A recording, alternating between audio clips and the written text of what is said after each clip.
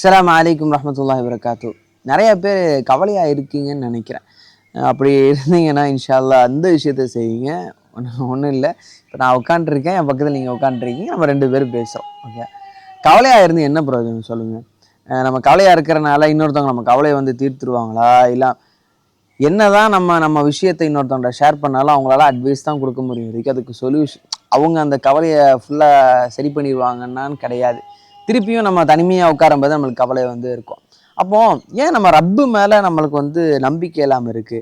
ஏன் ரப்பு மேலே ஏன் அந்த பாரத்தை போடாமல் இருக்குது? ஏன் ரப்பு எனக்கு தருவான் அப்படின்ற விஷயம். நிறைய பேர் என்ன சொல்கிறீங்க, நான் சில விஷயத்தை இழந்துட்டேன்னு சொல்கிறீங்க, சில விஷயங்கள் விட்டுட்டோம், எங்களை விட்டுட்டு போயிட்டாங்க, அது பண்ணிட்டாங்க, இது பண்ணிட்டாங்க, என் வீட்டிலையே என்னை வந்து ஏற்றுக்கலை, அந்த மாதிரி இதெல்லாம் ஏன் இந்த சூழ்நிலைகள்ல வருது அப்படின்னா, அடுத்த நிமிஷம் அதை கடந்துட்டு போங்க. நல்லா ஒன்று தெரிஞ்சுக்கோங்க, ஒருத்தன் வந்து 10 கிலோ வெயிட் தூக்குறான் அப்படின்னா அவனுக்கு அந்த 1 கிலோ வெயிட்டுங்கிறது வெயிட்டாகவே இருக்காது.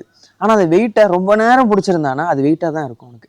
அதே மாதிரி தான் நீங்கள் கவலையை வந்து பிடிச்சி வச்சுட்டே இருந்தீங்க, சில சிந்தனை விஷயங்களை சிந்திச்சுட்டே இருந்தீங்க அப்படின்னா அது பெரிய பாரமாயிரும் நம்மளுக்கு.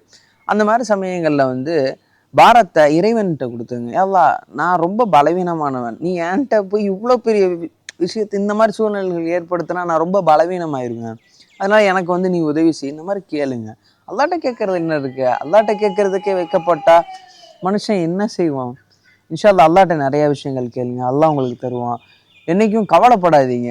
கவலைப்பட்டீங்கன்னு வச்சுக்கோங்களேன், இந்த இந்த உலக வாழ்க்கை என்னத்தை நிர்வாகம் பண்ணுது? இந்த கவலை பண்றவன்லாம் அந்த டிப்ரெஷன், முதல்ல எனக்கு தெரிஞ்ச சேட் அப்படின்னு சொல்லுவான், அதுக்கப்புறம் டிப்ரெஷன் வந்துச்சு, இப்போ வந்து ஏதோ பேர் சொல்றாங்க. அல்லாஹ் பாதுகாக்கணும் இன்ஷா அல்லாஹ். அஸ்ஸலாமு அலைக்கும்.